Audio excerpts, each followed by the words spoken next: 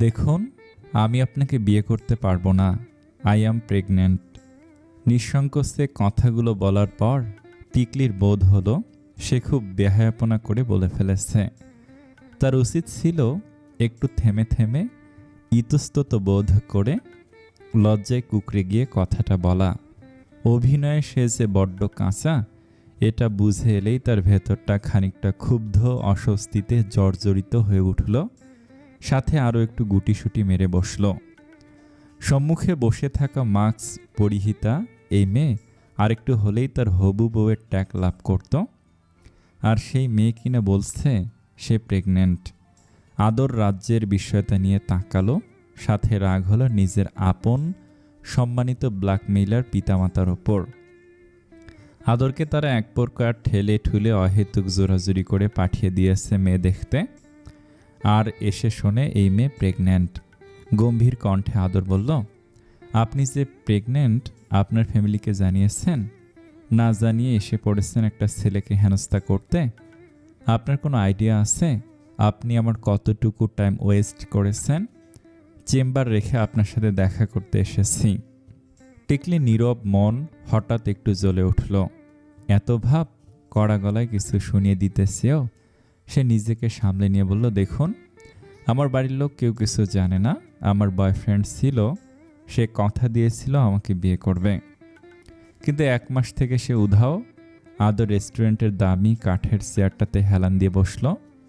ধোঁয়া ওঠা কফিটাতে চুমুক দিয়ে গড়গড়ে কণ্ঠে বলে উঠল, কয় মাস প্রেগনেন্সির? টিকলি চঞ্চল চোখে এদিক ওদিক তাকাতে থাকলো, যেন সে কথাটা শুনেও শোনেনি এমন ভাব। আদর আবার জিজ্ঞেস করল। টিকলি দাঁত দিয়ে নখ খুঁড়ছে, শরীর মৃদু কাঁপছে। অপরিচিত একটা ছেলের সামনে এমন বিভ্রান্তিকর পরিস্থিতিতে পড়ে তার উপস্থিত বুদ্ধি যেন লোপ পেয়েছে। সে নখ কামড়াচ্ছে অবলীলায়। এই কথা তো তাকে শিখিয়ে দেওয়া হয়নি। এখন কি বলবে সে?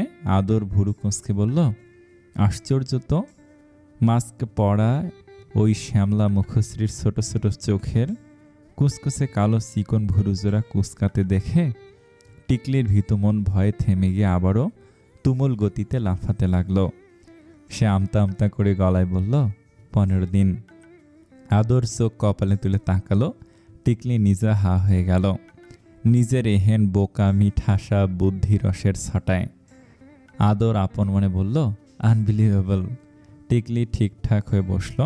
বার কয়েক জোরে শ্বাস টেনে নিজেকে অ্যাবনর্মাল থেকে নর্মাল মানুষে পরিণত করার প্রচেষ্টা চালানো হলো, কিন্তু বিশেষ কোনো লাভ হচ্ছে বলে মনে হলো না। মাস্কের আড়ালে টিকলির ভাবভঙ্গি ধরতে না পেরে আদরের মন বিরক্তিতে কাটা হয়ে রইল। টিকলি ঠকঠক করে কাঁপা দুটো হাতে এগিয়ে দিল একটা ফাইল। একের পর এক ঢোক গিলে তুতলিয়ে বলল, এত রিপোর্ট আছে, চাইলে দেখে নিতে পারেন। আদর ফাইলটা নিতে গিয়েও নিল না। নিজের মাস্কটাকে ঠিক করে চঞ্চুস গলায় বলল, লাগবে না। আরেকটু হলেই উড়ে চলে যাচ্ছিল টিকলির প্রাণ পাখি। হৃৎপিণ্ডের প্রদীপটা ধপ করে নিভে গিয়েও আবার ঝপাত করে জ্বলে উঠল। আদর কিছু একটা বলছিল। টিকলি দুরু দুরু বুকে চোরা চোখে তাকিয়ে শুনল। সি ব্লু রঙের সানগ্লাসটা চোখে পড়তে পড়তে আদর ঠেস মারা গলায় বলল, ভাগ্যিস 15 দিনের প্রেগন্যান্সিতে এসেছেন। ডেলিভারির পেন নিয়ে আসলে আমি কি করতাম বলুন তো? টিকলির ভীতু মনটা এবার বিক্ষিপ্তভাবে চলতে শুরু করল। ভোতা মস্তিষ্কে ধপ করে জ্বলে উঠল আগুন। সে আগুনের ছটা বেরিয়ে আসতে লাগলো চোখ থেকে। লোকটাকে সে নিতান্তই নম্র, ভদ্র এবং সুশীল ভেবেছিল, কিন্তু শেষ মুহূর্তে এসে ঠিক একটা গা জ্বালানি কথা বলে নিজের আসল পরিচয়টা দিয়েই দিল। টিকলি আঙুল উঁচিয়ে বলল, দেখুন মিস্টার, মজা করবেন না। আদর শার্টের হাতা ফোল্ড করে ব্যস্ত ছিল। টিকলির কথায় সে মাথা উঁচিয়ে তাকালো। এরপর সন্দিহান গলায় বলল, সরি। টিকলি আবারও ক্ষুব্ধ গলায় বলল, দেখুন, একদম ন্যাকা সাজবেন না। এখন কিছু বোঝেন না তাই না? একটু আগে কি বললেন? আদর চলে যাওয়ার প্রস্তুতি নিচ্ছিল, কিন্তু এই বুদ্ধিমানের রাগের ছটা দেখে সে টেবিলে ঠেস দিয়ে দাঁড়ালো। মজা লুফে নেওয়ার মতো করে বলল, বারবার বলছেন দেখুন দেখুন, কিন্তু কিছু দেখাচ্ছিনি না। টিকলি চোখ দুটো বিস্ফোরিত করে তাকালো। ঠোঁট দুটো নিজ দায়িত্বে একটা থেকে আরেকটা আলাদা হয়ে কিঞ্চিত ফাঁক হয়ে গেল। এতক্ষণের মিনমিনে গলা চড়ে গেল খানিক উঁচুতে। আপনি তো ভারী অসভ্য। আদর কিছুটা অবাক হওয়ার ভান করে বলল, আমি অসভ্য? অবশ্যই। আপনি তাহলে মহা অসভ্য। বিয়ে করতে এসে বলছেন আপনি প্রেগন্যান্ট। কেন? বাসায় জানাতে কি হয়েছিল? এখন বিয়েটা তো ভাঙতে হবে আমার। সব দোষ এসে পড়বে এবার আমার কাঁধে, তাই না? আদর বলল দাঁতে দাঁত কিরমিরি করে। টিকলি আবারও ফুঁসে উঠে বলল, এই আপনি আমার সাথে পায়ে পা লাগিয়ে ঝগড়া করছেন কেন? হ্যাঁ? বড় বড় দুটো চোখে সে নিজের দিকে আঙুল দেখে আদর বলল, আমি ঝগড়া করছি? অবশ্যই। ওকে ফাইন, আমি বিয়েতে হ্যাঁ বলছি। বাসায় গিয়ে বলবো মেয়ে পছন্দ হয়েছে। টিকলির অবাকতার চোখে তাকালো। রাক্সটা আগুনটা ধপ করে নিভে গিয়ে ভস করে জ্বলে উঠল। আপনি ভুলে যাচ্ছেন আমি প্রেগন্যান্ট। দাঁত পিষে টিকলি বলল, 15 দিনের প্রেগন্যান্ট মেয়েকে বিয়ে করতে আমার কোনো আপত্তি নেই। ডেলিভারি পেনের মেয়ে হলে একটা কথা ছিল। আদরের নিরুক্তক ঠোঁটের কোণে দুষ্ট হাসির বাণী। পরিকল্পিত কর্মসূচি বাস্তবায়ন বিঘ্ন হওয়ার পথে, আর সামনে দাঁড়িয়ে থাকা নিতান্তই অভদ্র একটা পুরুষের গা জ্বালানো এহেন কথায় টিকলি রাগী গলায় বলে উঠল, আপনি কিন্তু বেশি বেশি করছেন। বারবার এক কথা বলছেন কেন? এবার যখন আমি বিয়েতে রাজি হব তখন বুঝবেন বেশি বেশি কাকে বলে। চোখ বন্ধ করে রাগ নিয়ন্ত্রণ করলো টিকলি। কিছুক্ষণ পর হঠাৎ মিষ্টি গলায় বলল, দেখুন, সরি শুনুন ভাইয়া, আমি তো প্রেগন্যান্ট আর আমি আমার বয়ফ্রেন্ডকে প্রচুর ভালোবাসি, প্রচুর। এ কি একেবারে ভাইয়া? বলি চোখ বন্ধ করলে বুঝি রাগ কন্ট্রোলে আসে। আদর যে ইচ্ছেকৃতভাবে এমন মজা নিচ্ছে তার টিকলি ভালো বুঝতে পারছে। অচেনা একটা ছেলের কাছে এরকমভাবে হেনস্থা হওয়ার অপমানে ভেতরে কাটা হয়ে রইল তার। দাঁত কিরমিরিয়ে করে সে বলল, অসহ্য। আপনি কিন্তু মাত্রাতিরিক্ত ফাজিল। এর জন্য আমি বিয়েটা বাতিল করতে পারি, আপনি জানেন? আদর ডোন্ট কেয়ার ভাব নিয়ে কাঁধ ঝাঁকিয়ে বলল, তো বাতিল করুন। আপনি কি ভাবছেন আপনাকে বিয়ে করার জন্য আমিও ছ্যাঁকা পেন নিয়ে পাগল হয়ে ঘুরছি? করবেই তো। আজই গিয়ে বাসায় বলছি আপনাকে আমি বিয়ে করব না। আপনার পরিবার মানবে? কেন মানবে না? চোরা চোখে তাকিয়ে বলল টিকলি। না, তাহলে কষ্ট করে আপনার আর 15 দিনের প্রেগন্যান্সির ভয় নিয়ে বেরোতে হবে না। কেটে কেটে কথাগুলো বলল আদর। টিকলি আড়ালে মুখ চোখ মুচকে জিহ্বা কাটল। ছেলেটা কি বুঝে গেল কোনো মতে যে টিকলি মিথ্যা বলছে? বুঝলেও কিভাবে বুঝলো? টিকলি কি 15 দিন অনেক বেশি বলে ফেলেছে? দ্যাট এসব কি বোকা বোকা ভাবনা ভাবছে সে। ভাবনা সুতো কাটল আদরের আরও একটি ঠেসমারা কথায়। আফটার অল 15 দিনের প্রেগন্যান্সি কত কষ্ট। একদম ডেলিভারি টাইমে ব্যথা উঠছে কিন্তু উঠছে না, তেমন আতঙ্কিত এক কষ্ট। বেচারা আপনার জন্য আমার খারাপ লাগছে। আদর বলল দুঃখে কেঁদে ভাসানোর মতো মুখ করে। ইউ আর জাস্ট ইম্পসিবল, অসহযোগ গলায় বলল টিকলি। আদর হাসলো ডোন্ট কেয়ার ভাব নিয়ে। হোপার বলেই খয়েরি রঙের ব্যাগটা কাঁধে নিয়ে টিকলি চটপট জায়গা ছাড়ল। টিকলি চলে যাওয়ার কিছুক্ষণ পর ওয়ার্ডটা ধরতে পেরে আদর চোখ বড় বড় করে তাকালো, সাথে বিড়বিড় করে বলল, আমাকে ফালতু বলল। খাবার টেবিলে এখন টুংটাং শব্দ। ডাইনিং রুমের সাইডের বড় থাই গ্লাসটা খুলে দেওয়া হয়েছে অনেকক্ষণ আগে। হুড়মুড় করে ঢুকছে ঘরে ঠান্ডা বায়ু। বায়ুতে মিশে আছে পোড়া মাটির গন্ধ। আজিম খান বড় ছেলের মুখপানে একবার তাকালেন। ছেলে তার মাশাল্লাহ নম্র ভদ্র এবং সুপুরুষ একজন ডাক্তার। ছেলেকে আজ ধরে বেঁধে পাঠিয়েছিলেন মেয়ে দেখতে, কিন্তু কি হলো কে জানে। আজিম খান মুখ উপরে তুলে স্ত্রী মনোয়ারা খানের দিকে তাকিয়ে ইশারা করলেন।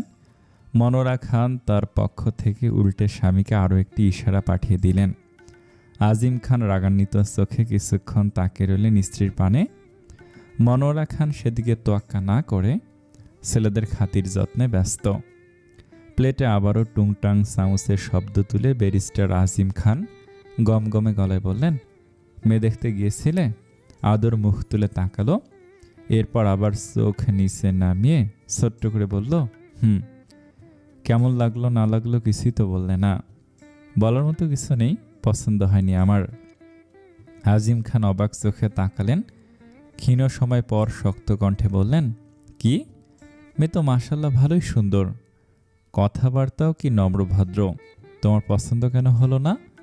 খাবার শেষ করে টিস্যু দিয়ে মুখ মুছতে মুছতে আদর বলল, মেয়ে সুন্দর হলেই তো আর হলো না, প্রেগনেন্ট মেয়েকে আর তো আমি বিয়ে করতে পারি না, তাই না? গলায় ঝাল আটকে কাশি উঠে গেল। পাশে বসে থাকা ছোট ভাই আদ্রয়ের, সে ল নিয়ে পড়াশোনা করছে। দুই ভাইয়ের মেধায় আল্লাহর রহমতে মারাত্মক ভালো, যদিও আদ্র বাড়াবাড়ি রকমের দুষ্টু। আজিম খানের মুখটা হয়ে গেছে হা। মনোয়ারা খান ছোট ছেলেকে পানি খাওয়াতে খাওয়াতে বললেন, কি বলছিস এসব, পাগল হলি নাকি? টেবিল ছেড়ে উঠে দাঁড়াতে দাঁড়াতে আদর বলল, মেয়েটা নিজের মুখে বলেছে সে 15 দিনের প্রেগনেন্ট। আজিম খান এবং মনোয়ারা খান বিস্ময়ের সাগরে হাবুডুবু খেতে লাগলেন। 15 দিনের প্রেগনেন্ট? মনোয়ারা খান স্বামীর দিকে রাগী চোখে তাকালেন, যার অর্থ খোঁজ খবর না নিয়েই এত আগ বাড়ানোর কি দরকার ছিল। আদর নিজের ঘরে চলে গেল। পরিবেশে এখন আগাম ঝড়ের পূর্বাভাস, তাই আস্তে করে কেটে পড়ল আদ্র। ক্লিনিক্যাল নিউরোলজি বইটা নিয়ে উল্টে পাল্টে দেখছে আদর। সে পেশায় একজন নিউরোলজিস্ট, সাথে সরকারি মেডিকেলের লেকচারার। ঘরের দক্ষিণা জ্বালানাটা খোলা, হাওয়ায় হাওয়ায় ঘর এখন শীতল। আদর অনেকক্ষণ থেকে ভাইয়ের পাশে বসে ফোন ঘুতাচ্ছে। আদর একবার আর চোখে ছোট ভাইয়ের দিকে তাকালো। ছেলেটা বড় হলেও তার মধ্যে নিতান্ত একটা বাচ্চা বাচ্চা ভাব এখনও রয়ে গেছে। ছোটবেলার মতোই সবসময় ভাইয়ের পেছন পেছন ঘোরা শুধু তার। আদর গলা খাকারি দিয়ে বলল, এত ফোনে কি করিস সারাদিন? ফোনে মগ্ন আদ্র জবাব দিল, গার্লফ্রেন্ডের সাথে চ্যাট করি। আদর চোখ বড় বড় করে তাকে বলল, আমি তো 3 বছরের বড়, লজ্জা করে না তোর? বড় ভাইকে এসব বলিস? ট্রাউজারের পকেটে ফোন ঢুকিয়ে বিরক্তিতে আদ্র শব্দ করল। এরপর বলল, আচ্ছা ভাইয়া, আজকের মেয়েটা দেখতে কেমন ছিল? বইয়ের পাতায় চোখ বোলাতে বোলাতে আদর উত্তর দিল, মাস্ক পরা ছিল। ও আচ্ছা, মেয়েটার নাম কি? চোখ ছোট ছোট করে গোয়েন্দার মতো আদ্র প্রশ্ন করল। জানি না, বাবা শুধু রেস্টুরেন্টের নাম বলেছে, আমি দেখা করতে গিয়েছি, এর বেশি কিছুই জানি না। আদ্র চোখ বড় বড় করে চেয়ে রইল ভাইয়ের দ্বারপানে। আজকাল এমন মানুষ হয় বুঝি, যাকে বিয়ে করতে যাবে তার নামটাও জানে না। আদর একবার আর চোখে ছোট ভাইয়ের দিকে তাকিয়ে উঠে চলে গেল ব্যালকনিতে। বিছানায় পড়ে রইল বই। হিমশীতল বাতাসে উঠতে লাগলো বইয়ের একটার পর একটা পাতা। বাতাসে মিশে গেল নতুন বইয়ের গন্ধ, ছন্দ, মন্দ আবেগ। বাতাসে মৃদুমন্দ কাঁপন, ঝড়ো হাওয়ার ঝাপটে আসছে বৃষ্টির ছন্দ, সাথে দুজন তরুণীর মস্তিষ্কের উৎপাতিত চিন্তার দ্বন্দ্ব। শনশন বাতাসে উঠছে অবিরাম টিকলির কোমর ছাড়িয়ে লম্বা কালো ঘন রেশমির ন্যায় চুলগুলো। নখ কামড়াতে কামড়াতে নিজের বিশাল বড় ঘরটায় এ মাথা থেকে ও মাথা পর্যন্ত সে পায়চারি করে চলেছে আধা ঘন্টা যাবত। তার ওই এক দোষ, নখ কামড়ানো। চিন্তায় থাকলে সে নখ কামড়ায়। বৃষ্টির ছিটায় মেঝে হয়ে গেছে চিপচিপে। অসতর্কতা বশত কেউ সেখানে পা ফেললেই ধপাস করে পড়ে যাবে তা নিশ্চিত। টিকলি চোখের চশমাটা ঠিক করে কাঁচের জানালাটা বন্ধ করে দিল। কপালে সূক্ষ্ম কিছু ভাঁজ ফেলে নখ কামড়াতে কামড়াতেই বলল, আচ্ছা টায়রা, ওই লোকটা কি বাবাকে সব বলে দিবে রে? টায়রা টিকলির 1 বছরের একটা মাত্র ছোট বোন। পিঠাপিঠি বোন হয়, তারা একই ক্লাসে পড়ে এসেছে, একই সঙ্গে থেকে এসেছে সবসময়। টায়রা ডোন্ট কেয়ার ভাব নিয়ে বিছানায় আরাম করে শুলো। ওর আবার চিন্তাভাবনা কম, কাজ বেশি। কাজ মানে বান্দারামো। বড় করে একটা হাই তুলে সে বলল, আমি জানি নাকি, আর এত নখ খাস কেন? নখ খেলে জামাই ফকির হয়ে যায়। বিয়ে করতে চাইছি না, আর তুই জামাই ফকির হয়ে যায় নিয়ে আসস। টিকলি বলল নিশ্চয়ই বিরক্ত গলায়। প্ল্যান কি কাজে দিচ্ছে? রিপোর্ট দেখতে চাইছিল, কি কি বলছস? টিকলি চিন্তিত মুখে বলল, কাজে দিচ্ছে, কিন্তু সমস্যা হলো আমি বলেছি যে আমি 15 দিনের প্রেগন্যান্ট।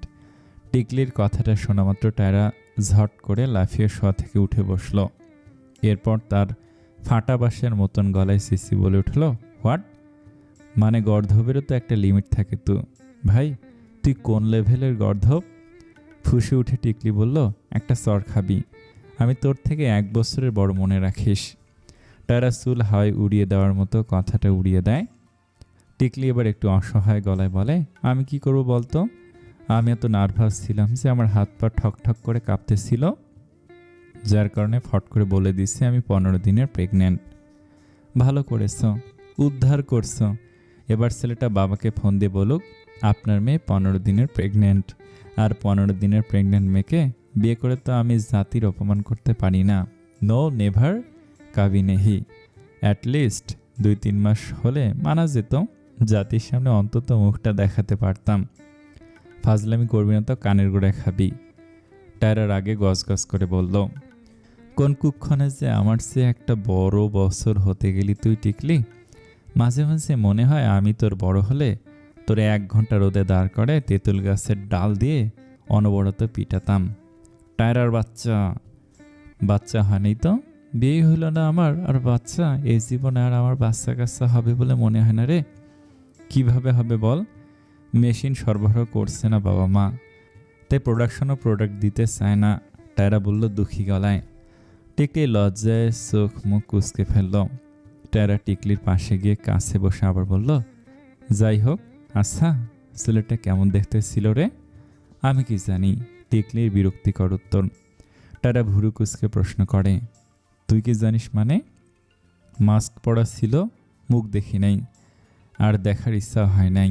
লোকটা সেই লেভেলের ফাজিলের ঘরে ফাজিল। নাম কি রে? আমি কিভাবে জানবো? আমি কি আর নামের ধান্দায় ছিলাম? বিয়ে ক্যান্সেল কিভাবে করবো এই চিন্তায় বাসি না। আর তোর নাম্বার চিন্তা করে দুনিয়া উল্টায় ফেলেছে একেবারে। সেই তো আমারই মাথা খাটে প্ল্যান বের করতে হইল, কিন্তু ভাগ্যিস রিপোর্ট দেখে নাই, কারণ ওটা তোর আর রিপোর্টে ছিল না, ছিল এক পেতনির আজে বাজে art. I am sure report দেখার উদ্দেশ্যে ফাইলটা খুলে এসব পেতনি মার্কা আর্ট দেখলে লোকটা সেখানেই অক্কা পেত। তুই আমাকে ইনসাল্ট করতেছস? নিমক হারাম, বিশ্বাসঘাতক, প্রতারক, ছলনাময়ী। টায়রার এত এত অভিযোগের মাঝেই জামিলুর রেজার ভরাট গলায় ডাক পড়ল। টিকলি টপাস করে দাঁড়িয়ে গেল, বার দিয়ে খেসকি তুলে ঢক গিলল। টায়রার হাত ধরে কাঁপতে কাঁপতে বলল, বাবা ডাকছে। তো আমি কি করতে পারি? টিকলি কাঁদো কাঁদো হয়ে বলল, তুই আমার বন্যা শত্রু, ভিলেন, তুই আসলে একটা খারাপের বাচ্চা। দাঁড়া, আমি এখনই গিয়ে আব্বুরে বলতাছি তুই আব্বুরে খারাপ বলছস। টায়রা উঠে যেতে ধরে বাবার কাছে নালিশ ঠোকার জন্য। টিকলি তার বিশ্বু বোনকে পরিমরি করে আটকিয়ে অসহায় গলায় বলল, বোন তুই এরকম কেন? টায়রা দাঁত কেলে উত্তর দেয়, তোর বোন যে। জামিলুর রেজা ঘরে পা রাখতে 2 বোন থেমে একদম চুপ করে যায়। এদিকে টিকলির হৃদস্পন্দনও থেমে যায়। দমকা ঠান্ডা বাতাস যেন মুহূর্তে উত্তাপ আর গরমে পরিণত হয়। কি শ্বাসরুদ্ধকর পরিস্থিতি! টিকলি শ্বাস ফেলতেও ভয় পাচ্ছে, যেন নিঃশ্বাসের সাথে আজকের সব গোপন তথ্য ফাঁস হয়ে যাবে বাবা নামক ভয়ঙ্কর মানুষটার সামনে। জামিলুর রেজার পেছন পেছন ঘরে ঢুকলেন শায়লা আক্তার। এতক্ষণের আটকানোর নিঃশ্বাসটা ছেড়ে দিয়ে টিকলি তোতলানো স্বরে বলে উঠল, মা বাবা তোমরা বসো না, বসো। জামিলুর রেজা আর শাপলা আক্তার গিয়ে বসলেন। জামিলুর রেজা কিছুক্ষণ 2 মেয়ের দিকে সূক্ষ্মভাবে তাকিয়ে থাকলেন। পর্যবেক্ষণ করলেন তার 2 মেয়ে আজই প্রথম বড় মেয়েকে পাঠিয়েছিলেন একটা ছেলের সাথে দেখা করতে। ইচ্ছে ছিল বড় মেয়ের পরপরই ছোট মেয়ের জন্য পাত্র খুঁজবেন, কিন্তু কি থেকে কি হয়ে গেল। টিকলি টায়রা দুজন দুজনের হাত খামছে ধরে তখন টেনশনে মুচড়ামুচড়ি করছিল। জামিলুর রেজার থমথমে মুখ দেখে টায়রা ঢোক গিলে ভয়ে ভয়ে জিজ্ঞেস করলো, কি হয়েছে বাবা? টিকলি সরে বসলো খাটের একদম কর্নারে। তার নিঃশ্বাসের গতি স্থবির, আঙ্গুল লাল ওড়না অনবরত ঘুরে চলছে চিন্তায়। পরিবেশে দম বন্ধের ছোঁয়া। জামিলুর রেজা টিকলির মাথায় হাত রাখলেন, এরপর তেজি গলায় বলা শুরু করলেন। তখনই যেন আটকে গেল টিকলির নিঃশ্বাস। রুদ্রশ্বাসে সে শুনল বাবার কথা, কোথাও বিয়ে দেব না আমার মেয়েকে, আমার এত সুন্দর লক্ষ্মী একটা মেয়ে। টিকলি চোখ বড় বড় করে তাকালো, ঝট করে নিঃশ্বাস ছাড়ল। আর একটু হলে সে মারা পড়ত। কিন্তু একই শুনল সে, কাহিনীর মধ্যে ভেজাল গল্প। জামিলুর রেজা আবার বললেন, মারে, ওই বাড়িতে তোকে বিয়ে দেব না। বলি, আমার মেয়ে কি আমার বাড়িতে বেশি হয়েছে নাকি? হ্যাঁ? বাবাকে উত্তেজিত দেখে টায়রা বাবার পেছন থেকে আস্তে করে জিজ্ঞেস করলো, কি হয়েছে বাবা? আরে কি হয়নি সেটাই বল। বলে কিনা আমার মেয়ে প্রেগনেন্ট। কত বড় কথা! 15 দিনের প্রেগনেন্ট মেয়েকে নাকি আমরা ঘুষিয়ে দিচ্ছিলাম তার বাড়িতে। মেয়ে কি আমার ঘরে বেশি হবে নাকি? হ্যাঁ, অমন বাড়িতে বিয়ে না দিলে কি আমরা না খেয়ে মরবো নাকি? মেয়েকে আর বিয়ে দিতে পারবো না? শায়লা আক্তার বললেন, উঁচু গলায় হাত নাড়িয়ে নাড়িয়ে। তারা উল্টো দিকে ঘুরে শব্দবিহীন ফিক করে হেসে দিল। অন্যদিকে ঘরে মুচকি হাসল টিকলিও। তারা হাসি চেপে হায় হায় করে আগুনে ঘি ঢালার মতো বলল, হায় হায় বলো কি? কি সাংঘাতিক কথা! আমার বোনকে 15 দিনের প্রেগনেন্সির অপবাদ দেয়? এত বড় অপবাদ! তারা ন্যাকামো ভঙ্গিতে হাতটাকে প্রসারিত করে দেখালো। জামিলুর রেজা এবার জ্বলে উঠলেন, ওদেরকে তো আমি দেখে নেব। আমার মেয়ের নামে এত বড় অপবাদ! 15 দিনের প্রেগনেন্ট কেউ হয় নাকি? কেউ বুঝে নাকি? টায়রা বাবার কথায় সায় দিয়ে বলল, ঠিক বলেছ বাবা, ডাক্তার দেখানো ছাড়া প্রেগনেন্সি বুঝতে মিনিমাম 1 মাস তো লাগবেই, তাই না? টায়রা অমনি লাগামহীন মেয়ে, কোথায় কি বলতে হয় তা জানে না, চঞ্চল বেপরোয়া। সবার সাথে এমন। টিকলিও চঞ্চল কিন্তু বিনয়ী। সে সবার সাথে চঞ্চলতা দেখায় না, ক্ষেত্র বিশেষে তার রূপ ধারণ করে। এই মুহূর্তে টিকলি সিমটি কাটল টায়রার হাতে। জামিলুর রেজা ভঙ্গি কাশি দিয়ে উঠে চলে গেলেন মেয়ের ঘর থেকে। শায়লা তো যাওয়ার আগে চোখ পাকিয়ে বলে গেলেন, টিকলির আগে তোরই বিয়ে দিতে হবে দেখছি, পাকনা মেয়ে একটা। দাও না মা, দাও। আর কতদিন জামাইয়ের মুখ দেখা ছাড়া থাকবো বলো তো? পরাণ যে জ্বলিয়া যায়, পরাণ যে জ্বলিয়া যায় রে, পরাণ যায় জ্বলিয়া রে। শেষে 2 লাইন গান গেয়ে শুনিয়ে দিল টায়রা।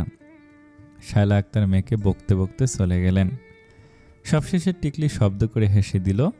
টায়রা উঠে ঝটপট জড়িয়ে ধরল বোনকে, টুপ করে গালে একটা চুমু দিল। টিকলি বোনের ফিরতি চুমু দিয়েও দিল। এরপর একসাথে দুজনে হাসিতে মত্ত হলো। এই হলো ওদের বোন কেমিস্ট্রি।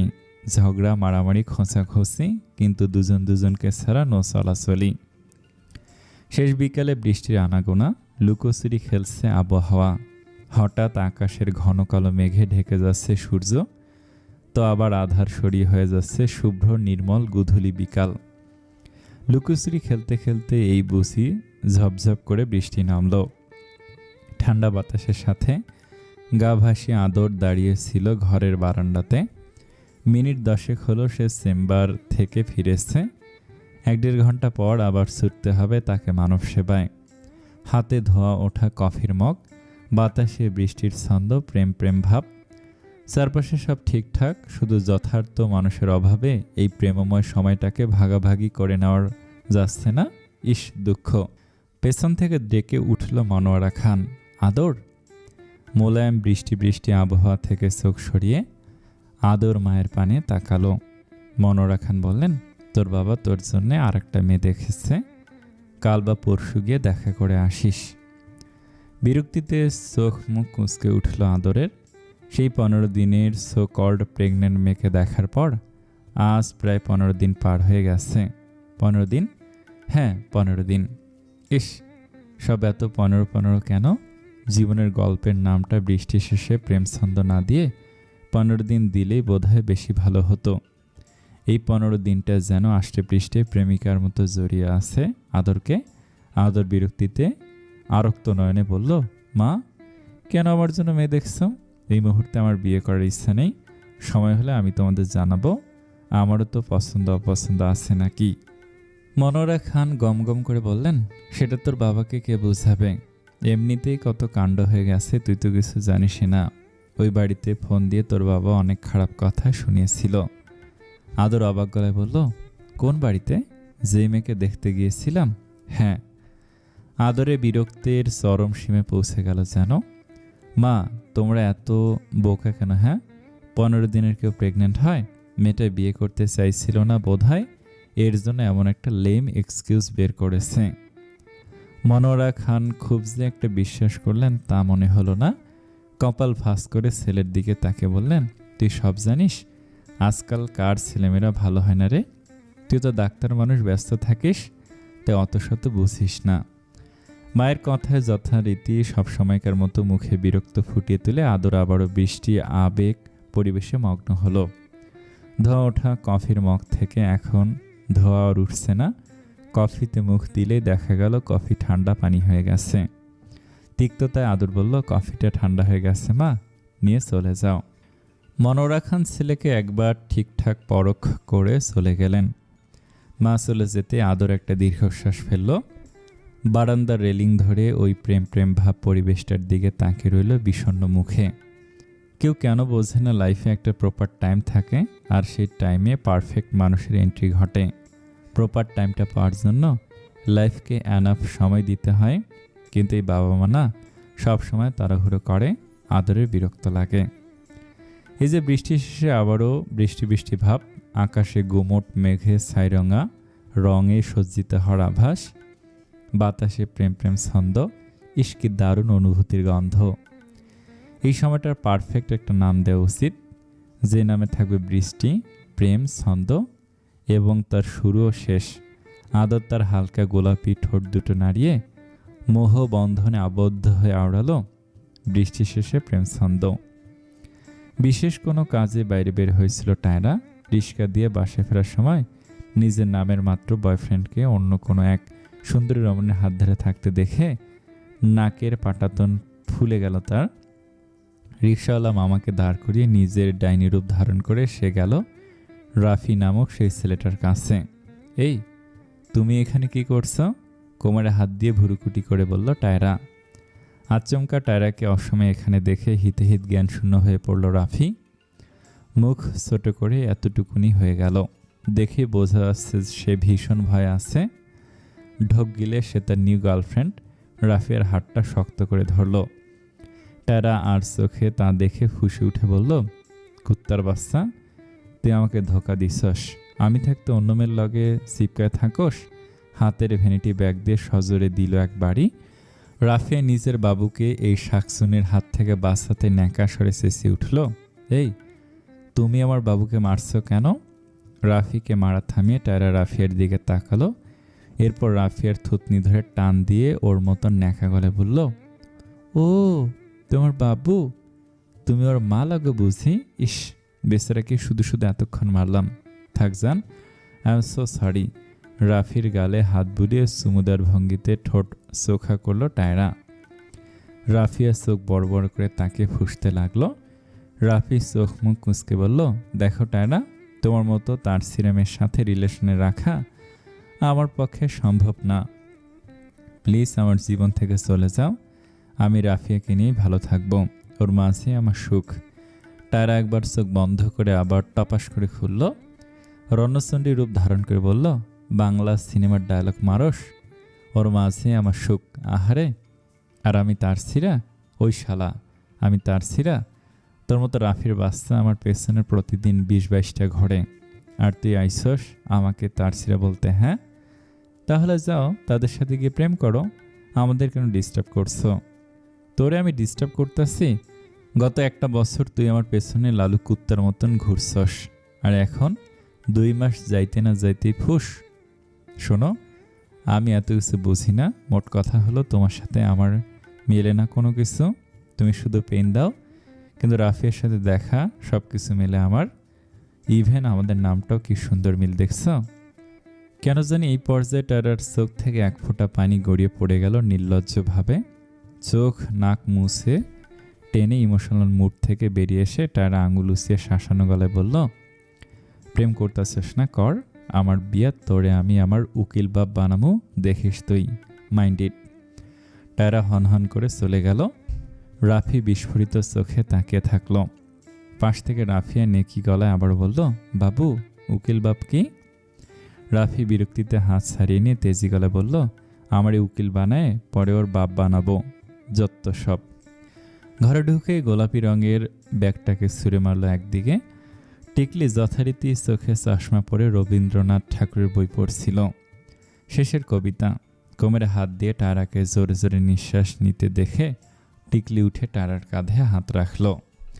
মেয়েটার মুখ হয়ে আছে লাল, বাতাসের সাথে পাল্লা দিয়ে তার ঘন ঘন নিঃশ্বাস পড়ছে, চোখে পানিরা উপসে গেছে, বারবার মুছেও সামাল দেওয়া যাচ্ছে না, আবার ভিজিয়ে দিচ্ছে। এমতো অবস্থায় কাঁধে বোনের হাতের ছোঁয়াপে টায়রা নিজেকে আটকাতে পারল না, জড়িয়ে ধরল বোনকে, এরপর শব্দ করে কেঁদে দিল।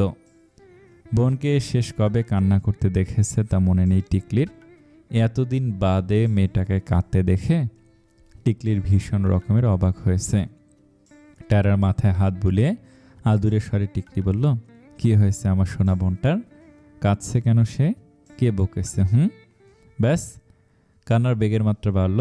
হেসকি দিয়ে কেঁদে উঠে টায়রা বলল, রাফি আমাকে ভালোবাসে না। ও এই 2 মাস আমার সাথে শুধু অ্যাডজাস্টমেন্টে ছিল। আমার সাথে অ্যাডজাস্ট করতে না পেরে ও এখন রাফিয়া নামের আরেকটা মেয়ের কাছে গেছে। এই ছিল না তোর পিছনে 1 বছর ঘুরছিল? টিকলি বলল সন্দিহান গলায়। চোখ মুছে টায়রা বলল, তুই ভালোবাসতিস ছেলেটাকে? কান্না থেমে চুপ করে বিছানায় বসে নাক টেনে টায়রা বলল, না। টিকলি অবাক গলায় বলে, না? তাহলে কাঁদছিস কেন? ও আমাকে রিফিউজ করলো কেন? ব্রেকআপ আমি করতাম, আমি অন্য একটা ছেলের সাথে রিলেশনে জড়াতাম, রাফি কেন জড়াইলো? ও সম্পর্ক ভাঙলো কেন? It's my heart ego. বোনের কথা শুনে জোরালো এক দীর্ঘশ্বাস ফেল টিকলি। টায়রা এমনি কারো রিফিউজ সহ্য করতে পারে না। বোনের মাথায় হাত রেখে টিকলি শান্ত কণ্ঠে বলল, সবসময় নিজের ইগোকে নিয়ে ভাবলে আমাদের চলবে না টায়রা, অন্যদেরটাও বুঝতে হবে। তুই যদি আজ রাফিকে বোঝার চেষ্টা করতি তাহলে সম্পর্কটা ভাঙতো না, ও অন্য মেয়ের কাছে চলে যেত না, তোকে রিফিউজ করতো না। টিকলির কথা শুনে টায়রা টিকলির দিকে তাকালো, এরপর নীরব মানে বলল, আমি আর রিলেশনেই করব না, এটাই লাস্ট। প্রত্যেকবার ব্রেকআপ করে এসে এটাই বলিস, নাথিং নিউ। যদিও প্রতিবার ব্রেকআপ তুই করিস, আর এবার তো। বোনের দেয়া খোঁচা বুঝতে পেরে হনহন করে ওয়াশরুমে চলে গেল টায়রা। টিকলি জোরে হেসে দিল। চেম্বার থেকে মাত্র ফিরল আদর। একান্ত ব্যক্তিগত নিজের ঘরটাতে এসেই আদ্রের দেখা পেয়ে সে ভুরু কুঁচকাল। আদ্র ফোন টিপছিল। ঘড়িতে চোখ রাখতে আদর দেখল রাত 11টা বাজে। সে তীক্ষ্ণ কণ্ঠে বলল, কিরে, তোর রুম নাই? আমার রুমে এসে ফোন টিপার লাগে? ফোন থেকে মাথা তুলে আদরের কথার উত্তর না দিয়ে আদ্র উল্টে বলল, ও এসে পড়েছ, যাও ফ্রেশ হয়ে আসো, অনেক ইম্পর্টেন্ট কথা আছে। কুচকানো ভ্রুতেই ওয়াশরুম থেকে ফ্রেশ হয়ে এলো আদর। বিছানায় এক কোণায় বসার সাথে সাথে তার হাতে কিছু মেয়ের ছবি ধরিয়ে দিল আদ্র। বলল, আম্মু বলেছিল ছবিগুলো তোমাকে দিতে, মেয়েগুলো হেব্বি সুন্দর। আমি দেখেছি, তুমি দেখো ভাইয়া, অনেক পছন্দ হবে। রাগে ভুরু কুচকে আদর বলল, এটা তোর ইম্পর্টেন্ট কথা? ডোন্ট কেয়ার ভাব নিয়ে আদ্র বলে, হ্যাঁ। আর তুমি সবসময় তো ভুরু কুচকাও কেন? মনে হয় রাজ্যের বিরক্তি এসে তোমার ঘাড়ে চেপেছে। বাজে কথা বন্ধ কর। তোরা সবাই আমার বিয়ের পেছনে হাত ধুয়ে লেগেছিস কেন বলতো? আমি যে বিয়ে করতে চাইছি না, এটা কি বাবা মা বুঝতে পারছে না? ভাইয়ের মুখোমুখি বসে আদ্র গোয়েন্দা গলায় বলল, আমি জানি না ভাইয়া, কিন্তু বাবা একদম হাত ধুয়েই নেমেছে। যে করেই হোক তোমাকে বিয়ে দিতেই হবে। এটা এখন তার জীবনের এক এবং একমাত্র মিশন। তার ধারণা তুমি প্রেম করো, আর তুমি তো জানো প্রেমে বাবার অ্যালার্জি আছে, অথচ নিজে প্রেম করে বিয়ে করেছে। যদিও এর জন্য তাকে আমি সারা জীবন পস্তাতে দেখেছি। আদ্রকে থামিয়ে দিয়ে আদর বলল, হয়েছে হয়েছে, চুপ কর ভাই। তোকে প্রশ্ন করলাম একটা, আর তুই হিস্ট্রি শুনাইতেছস। আমি কি জানি না এসব? তাহলে আর কি বলবো? তুমি সুন্দর হ্যান্ডসাম মেয়েরা তোমার পিছনে সারাক্ষণ ঘুরঘুর করে, প্রেম করতেই পারো বলে বাবার ধারণা। উপায় বল, এই বিয়ে করানোর পোকা বাবার মাথা থেকে নামবে কিভাবে? আদ্র ঠিকঠাক হয়ে বসলো, এরপর আয়েশি ভঙ্গিতে বলল, ভাইয়া অনেক দিন না ঘুরতে যাই না, চলো আমরা 5-7 দিনের ট্যুরে যাই, কিন্তু বাসার কাউকে জানাবো না। তারা জানবে, তারা তোমাকে জোর করে বিয়ে দিতে চাইছে বলে তুমি ভেগে গেছো। ছেলে ভেগে গেছে, এই দুঃখে বাবার ঘাট থেকে ভূত নামবে। আদর ভুরুকুটি করে বলল, আমি কি মেয়ে নাকি যে ভেগে যাব? কিসব মেলি বুদ্ধি তোর মাথায়?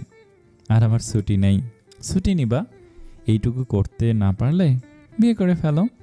আদর কিছুক্ষণ ভেবে বলল, কোথায় যাবি? খুশিতে আটখানা হয়ে আদ্র বলল, নিঝুম দ্বীপ, একদম নীরব জায়গা, তোমার জন্য পারফেক্ট। টিকলির ছোট্ট কুটিরে যখন মন খারাপের বৃষ্টি নামে, টিকলি তখন বই পড়ে। বইয়ের মাঝে মন ভালো করার ঔষধ আছে বলে সে বিশ্বাস করে। আজও মন খারাপ, তাই সে বই পড়ছে। টায়রা এবার সন্দিষ্ট গলায় বলল, তোর কি মন খারাপ? দীর্ঘশ্বাস ফেলে বলল টিকলি। কিন্তু কেন খারাপ? মন খারাপ হওয়ার কথা তো আমার, চিন্তিত গলায় বলল টায়রা। বইটাকে বন্ধ করে টিকলি অসহায় গলায় বলল, বাবা আবার ছেলে দেখছে, আমি বিয়ে করতে চাই না। কেন বোঝে না তারা? মেয়ে বড় হলে বিয়ে দিতে হবে নাকি? তোকে ছাড়া থাকতে পারবো না আমি। টায়রা চোখ বড় বড় করে বলল, কি?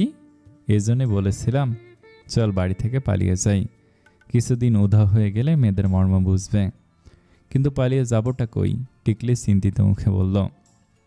টায়রাও গালে হাত দিয়ে বসলো। কিছুক্ষণ ভাবার পর টিকলি অমোদিত গলায় বলল, এই টায়রা, ঘুরতে যাবি?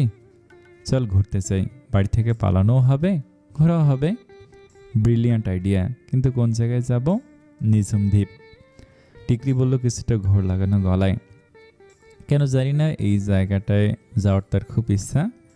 4-5 বছর আগে এই জায়গা সম্পর্কে একটা ভিডিও দেখেছিল, সেখান থেকে তার খুব ইচ্ছা এই জায়গাটাতে যাওয়ার। তার আবার খুব ইউনিক ইচ্ছা জাগে। লোকজন যা কিছুতে আকৃষ্ট তাতে সে আকৃষ্ট না। যেমন বান্দরবন, সিলেট, কক্সবাজার এসব ট্যুরিস্ট প্লেস তাকে টানে না। অন্যদিকে নিঝুম দ্বীপে লোকজন ঘুরতে যায় না বললেই সেখানে যাওয়ার তার খুব ইচ্ছা। টায়রা অসহজ গলায় বলল, নোয়াখালী? হ্যাঁ, নোয়াখালী তো কি হয়েছে, চল না প্লিজ বোন, আমার কতদিনের শখ। আচ্ছা চল, লঞ্চে করে যাব। ওকে, ডান। আকাশে মুক্ত পাখিদের আনাগোনা, কিসির মিসির শব্দে বাড়ি ফিরে যাওয়ার তাড়না।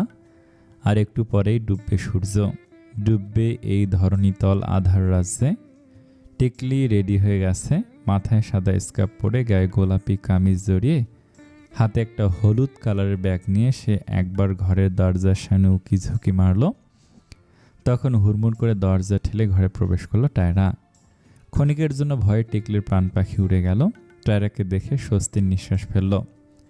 টায়রা গলায় মুখের ঘাম মুছে হাফ ছেড়ে গলায় বলল, সব রেডি টিকলি? ইয়েস, ডান। কিন্তু আমাদের ব্যাগ? নিজের কালো রঙের হ্যান্ডব্যাগটা হাতে নিতে নিতে টায়রা নিচু গলায় বলল, ব্যাগপত্র সব রাতুলের বাসায়, কাল রাতে ওকে দিয়ে ওর বাসায় রেখেছি। লঞ্চ ছাড়ার ঠিক আধ ঘন্টা আগে এসে দিয়ে যাবে। রাতুল ওদের ব্যাটসম্যান। ছেলেটাকে বোকাশোকা পেয়ে টায়রা ওকে বাদর নাচ নাচায়। টিকলি প্রশ্ন করল, কয়টায় লঞ্চ? টায়রা তখন নিজের আর টিকলির আর কিছু বাবা মায়ের ঘর থেকে চুরি করার টাকা গুনছিল। টিকলির কথা শুনে ঠাস করে টাকাগুলোকে বিছানার উপর রেখে তেজি গলায় বলল, তোর জন্য আমরা পালাইতেছি, আর তুই জানিস না লঞ্চ কয়টায়? ভাই তুই কই থাকোস? দিন দুনিয়ায় আসোস নাকি নাই? টিকলি ডোন্ট কেয়ার ভাবনি বলল, যাই হোক, আমরা তো এখনই বের হব নাকি? মা বাবা কোথায়? এখনই বের হব। 5:30টায় লঞ্চ। লঞ্চের নাম MV তাশরিফ 1, ডাবল কেবিন নিয়েছি, ভাড়া 2200 টাকা। টায়রা ঘড়িতে চোখ বুলিয়ে বলল, আর এখন বাজে 4টা। মা বাবা বিকালবেলা ঘুমায়, তা নিশ্চিত তুমি জানো। আমরা এখন বের হব। সদরঘাট পৌঁছাতে বেজে যাবে 5টা। এরপর রাতুল আসবে, আমরা ব্যাগ নিয়ে লঞ্চে উঠব, কেবিন খুঁজব, তারপর কেবিনে ঢুকে পায়ের পর পা তুলে নোয়াখালী হাতিয়া চলে যাব। সেখান থেকে নিঝুম দ্বীপ। আর কিছু জানার আছে? টিকলি চোখ ঘুরে বলল, না। তাহলে চলো এবার। টায়রা ব্যাগপত্র নিতে নিতে বলল, টাকাগুলো তোর কাছে রাখ, আমি কেয়ারলেস, হারিয়ে ফেলবো। টিকলি টাকা গুনে নিয়ে বলল, আচ্ছা চল।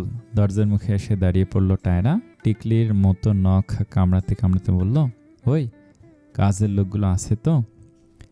টিকলি তার চশমার নিচে বাম চোখ টিপে দিয়ে বলল, টেনশন নিস না, দুপুরে খাওয়ার সময় ঘুমের ওষুধ খাওয়াই দিচ্ছি।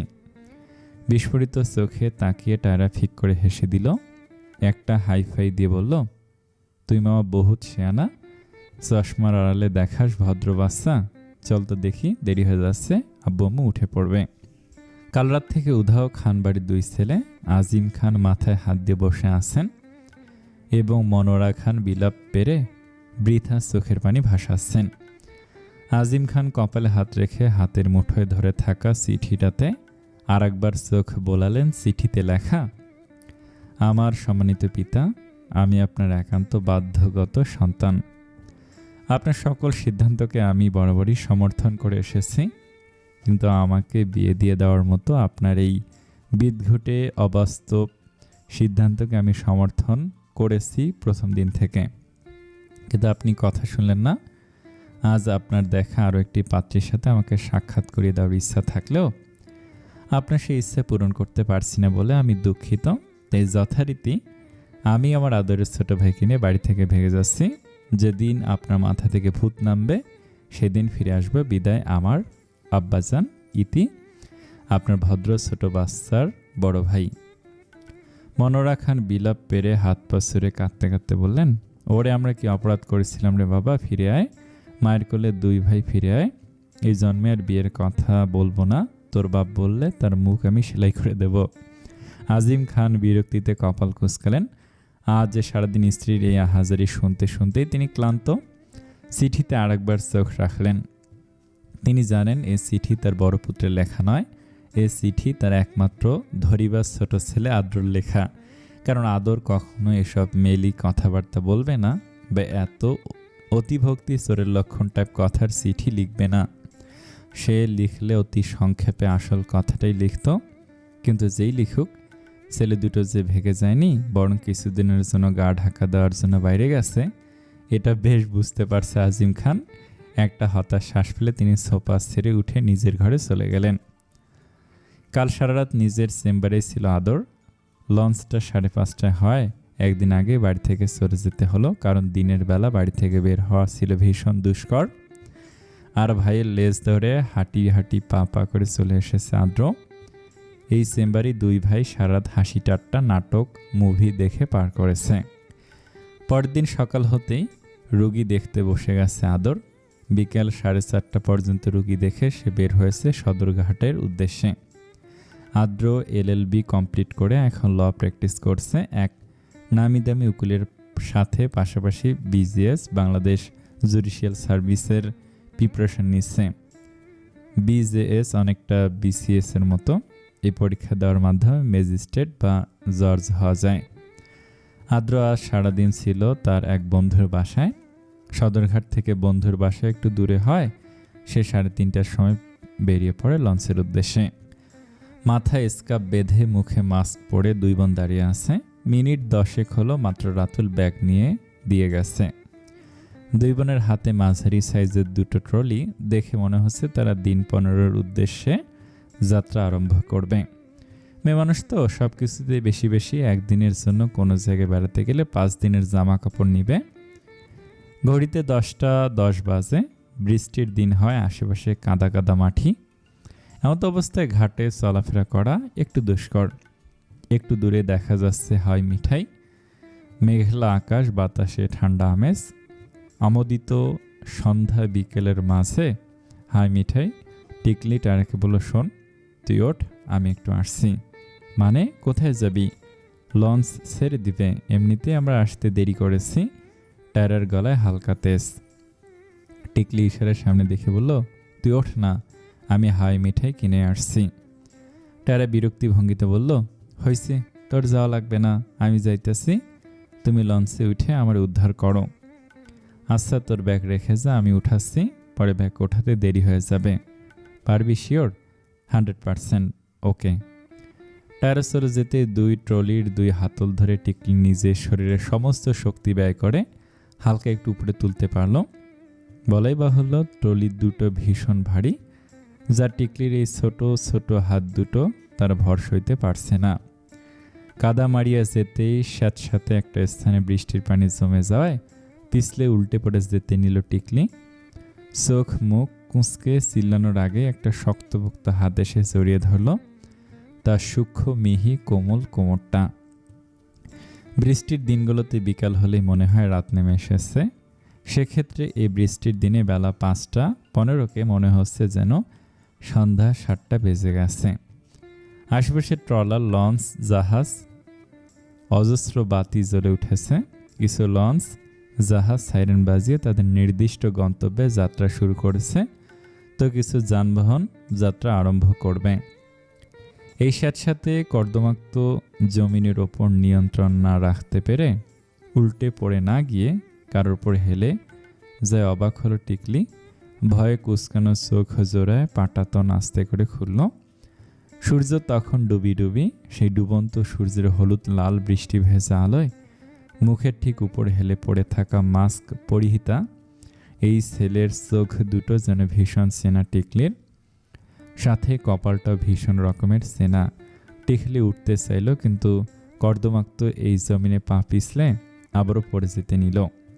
প্রাণ বাঁচানো সেই ব্যক্তি আবারও শক্ত করে ধরল টিকলিকে, এরপর আস্তে করে উঠালো। কাদা সিট মাটিতে দাঁড় হওয়ার পর ছেলেটার দিকে তাকালো। কিছুক্ষণ তাকে থাকার পরই বিস্ময় ঘেরা উঁচু গলায় তর্জনী আঙ্গুল উঁচিয়ে দেখিয়ে টিকলি বলল, আপনি? কাদার কবল থেকে এই মেয়েটাকে পড়তে পড়তে বাঁচানোর পরও তার এহেন ভাবভঙ্গিতে ভাবাচাকা খেয়ে গেল আদর। সূক্ষ্ম দৃষ্টিতে তাকে থাকার পর আদর খেয়াল করল এই সেই মেয়ে যার সাথে তার বিয়ে হওয়ার কথা ছিল। 15 দিনের প্রেগনেন্ট মেয়ে। আদর নিজের বিষয়ে চেপে গিয়ে আমোদপূর্ণ খোঁচা দেওয়া গলায় বলল, ও আপনি 15 দিনের প্রেগনেন্সির পেন নিয়ে এই সদরঘাটেও চলে এসেছেন? মানতে হবে আপনার স্পিরিট আছে। Hats off to you. নাকের পাটাতন ফুলিয়ে আঙুল উঁচিয়ে যেই কিছু বলতে যাবে টিকলি, অমনি তার মুখের কথা কেড়ে নিয়ে আদর বলল, ও সরি, এখন তো আর 15 দিন না, এখন তো আপনি 1 মাস 1 দিনের প্রেগনেন্ট। বাহ, ভালোই ডেভেলপ হয়েছে দেখি। তো পেটের বাচ্চা কেমন আছে? লাথি টাথি দেয় নাকি? দেখুন, টিকলির মুখের কথা কেড়ে নিয়ে আদর আবার বলল, আবার দেখব? এই দেখানোর অভ্যাসটা আপনার এখনো গেল না? যাই হোক, আপনি যেমন সুপারফাস্ট। বিয়ে করার জন্য ছেলে দেখতে গিয়ে বলেন আপনি 15 দিনের প্রেগনেন্ট, ভাবা যায়? তার বাচ্চার পক্ষে এই 1 মাস 1 দিনে পেটের মাঝে ফুটবল খেলাও সম্ভব। Nothing is impossible. যাই হোক, আপনার বয়ফ্রেন্ড ফিরে এসেছে। ওই যে বলেছিলেন যে 1 মাস আগে বয়ফ্রেন্ড উধাও আর আপনি 15 দিনের প্রেগনেন্ট হলেন। এনিওয়ে, বাবা মাকে বলেছেন তো? আর আপনি না বললেও শুনেছি আমার বাবা নাকি বলে দিয়েছে। আদরের কথার মাঝেই টিকলি চেঁচি উঠে বলল, শাট আপ, আপনি তো মহা ফালতুপাস ছেলে। আপনার মতো অসভ্য অভদ্র ইতর আমি আর একটাও দেখি নাই। আপনার বাবা আমার বাবাকে অপমান করেছে, আপনি আমাকে অপমান করছেন। পেয়েছেন কিটা? হ্যাঁ, যত সব। ভালো হয়েছে আপনার ফ্যামিলির সাথে সম্পর্ক না হয়ে। এখনই যা রূপ, ভবিষ্যতে কি করতেন আল্লাহ জানে। কপাল ভালো তো আমার, সো কল্ড 15 দিনের প্রেগনেন্ট মহিলাকে বিয়ে করতে হয়নি। চোখ উল্টে আদর বলল, উফ, আপনি একটা অসহ্য। টিকলি ধপধপ শব্দ করে পা ফেলে এগোলো লঞ্চের দিকে। আকাশ ডেকে উঠেছে বারংবার। কালো আকাশটা থেকে টিপ টিপ বৃষ্টির ফোঁটাগুলো ভিজিয়ে দিয়ে যাচ্ছে শরীর, ছুঁয়ে দিচ্ছে হালকা করে গায়ের লোমকূপ। টায়রা দৌড়ে গেল হাই মিঠাইওয়ালার কাছে। বৃষ্টি থেকে খানিকটা রেহাই পেতে মাথার ওপর 1 হাত দিয়ে হাঁপাতে হাঁপাতে বলল, মামা, 2টা হাই মিঠাই দেন তাড়াতাড়ি। সাথে সাথে পাশ থেকে কেউ ভরার জেদি গলায় বলল, মামা, আমারটা আগে দেন। টায়রা অবহেলায় সূক্ষ্ম চোখে তাকলো পাশের সে অজানা মানুষটার দিকে। এরপর আবার তাকালো হাই মিঠাইওয়ালার দিকে। তেজি গলায় বলল, আমি আগে চেয়েছি। আদ্র হচ্ছে পরিবেশ বান্ধব। পরিবেশের সব কিছু তাকে সহজে আকৃষ্ট করে। অন্যদিকে আদর সব সময় নিজেকে গুটিয়ে রাখে। সে আকৃষ্ট হয় কম। কোনো কিছুতেই সে ভয়ানক রকম খুশি বা চমকায় না। সেদিক থেকে আদ্র ব্যতিক্রম। এই রাস্তার ধারের মেয়েদের মতো ফুচকা, হয় মিঠাই, আইসক্রিম খেতে আদ্রর ভালো লাগে বই কি। অন্যদিকে আদর এসব দেখলেই নাক ছিটকায়। এখন হয় মিঠাই কিনতে এসেও আদ্র পড়েছে আরেক বিপাকে। কোথা থেকে এক মেয়ে উড়ে এসে জুড়ে বসে তার সাথে পাল্লাপাল্লি করছে। হল্লা শুরু করে দিয়েছে। মেয়েটার দিকে তাকে আঙ্গুল উঁচিয়ে আদ্র নবাবী সালে বলল, এই যে ম্যাডাম, আপনার আগে আমি বলেছি। তারা এবার পুরোদস্তর ছেলেটার দিকে তাকালো। হলুদ ফর্সা তার গায়ের রং, থুতনিতে মাস্ক আটকে রেখেছে, একটু দাম্ভিক নাক, খয়েরি বর্ণের ঠোঁট, অতলান্ত গভীর এক জোড়া শক্ত চোখগুলো বিদ্যমান। বলিষ্ঠ স্পন্দমান তার দেহ, চওড়া বুকপিঠ, সাদা শার্টটা খুব সুন্দর করে আটসাইভাবে গেঁথে গেছে তার বলিষ্ঠ বুকটাতে। লোকটা দেখতে সুন্দর হলে মুখের বুলি ক্যারকারা। টায়রা ফুসে উঠে বলল, আমি আগে চেয়েছি। পকেটে হাত গুজে দাঁড়িয়ে এই টিপটিপ বৃষ্টির মাঝে হালকা ভিজতে ভিজতে আদ্র বলল, জি না, আমি আগে এসেছি। আমি বলতে যাব অমনি আপনি হনহন করে হাই মিঠাই চেয়ে বসলেন। সো আলটিমেটলি আমি আগে এসেছি, টায়রা মুখ বাঁকিয়ে বলল। কিন্তু মাস্কের আড়ালে আদ্রর চোখে তা পড়ল না। আদ্র বিরক্তির চোখে চেয়ে বলল, আপনি তো ভারী চাপাবাজ মেয়ে। ফুঁসে উঠে টায়রা একটানে মুখ থেকে সাদার ওপর নীল সুতোর নকশা করা মাস্কটা টান দিয়ে থুতনি পর্যন্ত নামিয়ে আনলো। দৃশ্যমান হলো তার ঠোঁট, নাক, গাল। টায়রার মনে হয় মাস্ক পরে থাকলে মন মতো ঝগড়া করা যায় না। অপর মানুষটা তো তার রিয়াকশন বুঝবেই না মুখ না দেখলে। আদ্র দেখল তার সম্মুখে দাঁড়িয়ে আছে রজনীগন্ধার ফুলের ন্যায় দোষী এক মেয়ে, যেখানে সেখানে দোষীপনা করাই যার একমাত্র প্রধান কাজ। বৃষ্টির ঠান্ডা জোরালো বাতাসে তখন ঘাটের একপাশের কৃষ্ণচূড়া গাছ থেকে ঝরে পড়ছিল লাল ফুল, বিছিয়ে দিচ্ছিল রাস্তায় লাল গালিচা। রাগে লাল হয়ে যাওয়া টায়রার গাল, জিদে ফুলিয়ে রাখা ঠোঁট, ঢ্যাপা নাক, বড় কপাল, তেজে ছোট ছোট হয়ে আসা ভাসমান দুটি নয়ন। ইস, কি সুন্দর সব! তার আকাশি স্কাপে মাথার অর্ধেক চুল ঢাকা, বৃষ্টির ফোঁটায় সম্মুখ ভাগের কালো চুলগুলো ঢেকে গেছে সাদা সাদা সিকসিকে মুক্তোর ন্যায় জলজল করা পানিতে। মেয়েটাকে দেখে আদ্র কথা হারিয়ে ফেলল গহীন জঙ্গলে। সেই জঙ্গলে কথা খুঁজতে গেলে অনেকটা সময় পার হয়ে যাবে এখন। এর মাঝে হাওয়াই মিঠাই নিয়ে উড়াল দিল টায়রা। এখন বাজে 5:20। আদর ভাইয়ের ফিরে আসার জন্য অপেক্ষা করছে। নিচু গলা একটু বিড়বিড় করে বলল, এই ছেলেটা বড্ড কেয়ারলেস, মেয়েদের মতো শুধু তার সুকসুক স্বভাব। কোনো দরকার ছিল এখন হাওয়াই মিঠাই কিনতে যাওয়ার? গেল তো গেল, এখন আসছে না।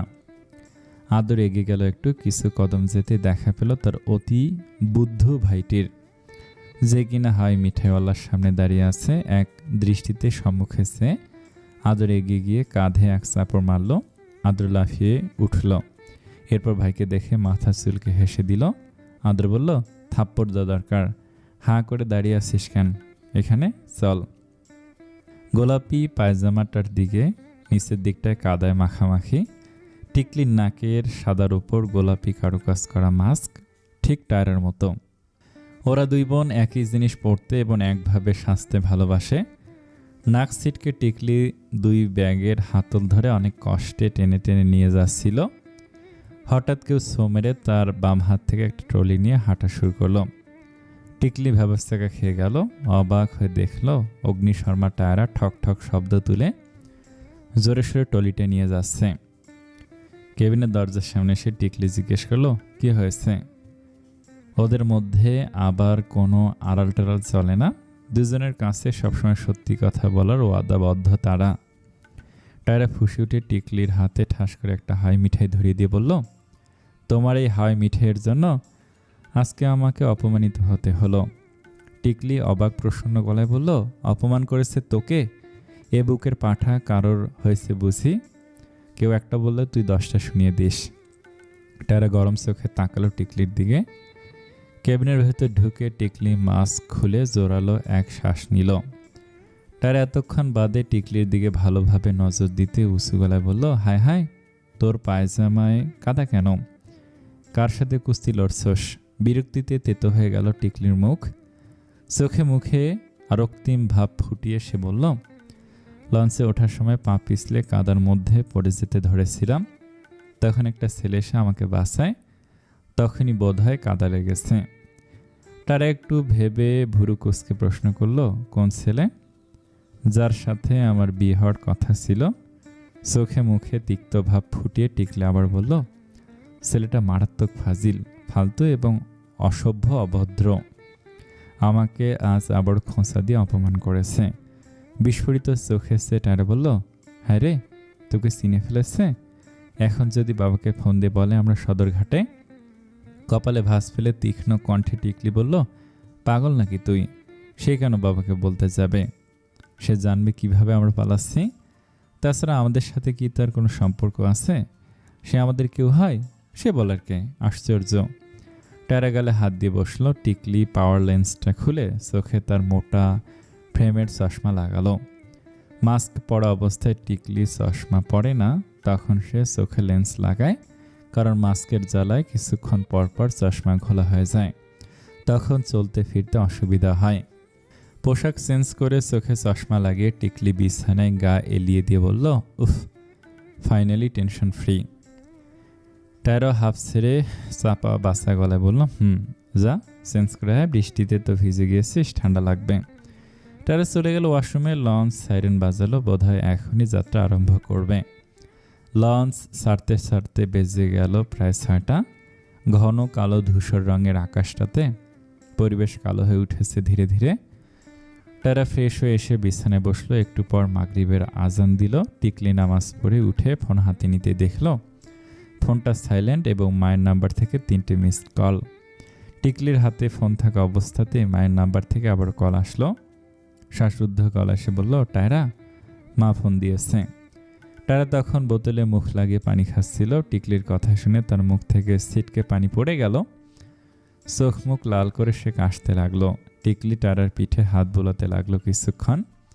এদিকে শায়লা আক্তার ফোন দিয়েই যাচ্ছেন। টায়রা এবার তেজি গলে বলল, তুই ফোন অফ করস নাই? মনে ছিল না? তার মনে থাকবে কেমনে? আমি তো সারাদিন 2বারও ফোন হাত দিয়ে ধরি না। টায়রা আদেশ রূপে বলল, তাড়াতাড়ি অফ কর, যা। ফোনের স্ক্রিনে ভেসে উঠেছে মায়ের হাস্যদীপ্ত মুখখানা।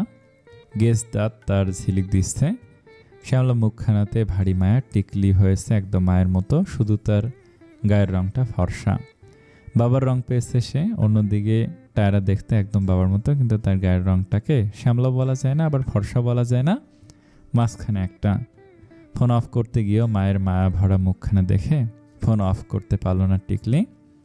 অসহায় মুখে বলল, আম্মু চিন্তা করবে, আমি একটা মেসেজ পাঠিয়ে তারপর ফোন অফ করে দিচ্ছি। টায়রা মুখ বাঁকিয়ে বলল, মায়ের বাধ্য সন্তান রে, আগে বলেছিলাম টায়রা একটু বেপরোয়া। কোনো দিকে তার হুঁশ নেই, চিন্তামুক্ত থাকতে পছন্দ করে সে সবসময়। তার জীবনটা উচ্ছিন্নে গেলেও সে হাসি মুখে ঠাট্টা সুরে বলবে, এখন উচ্ছিন্নে যাচ্ছ যাও, কিন্তু ঠিক সময় আবার যথাস্থানে ভদ্রভাবে ফিরে এসো। অন্যদিকে টিকলি বিনয়ী, তেজি, মারাত্মক ঠান্ডা মেজাজে রাগী। চারিপাশে মানুষজনদের নিয়ে তার ভাবনার একশেষ। নিজের প্রতি সে কেয়ারলেস। চিন্তারা সারাক্ষণ তার মাথায় কিলবিল করতে থাকে। 1 মিনিটের জন্য শান্তি দেয় না। সবার প্রশান্তিতেই তার সন্তুষ্টি।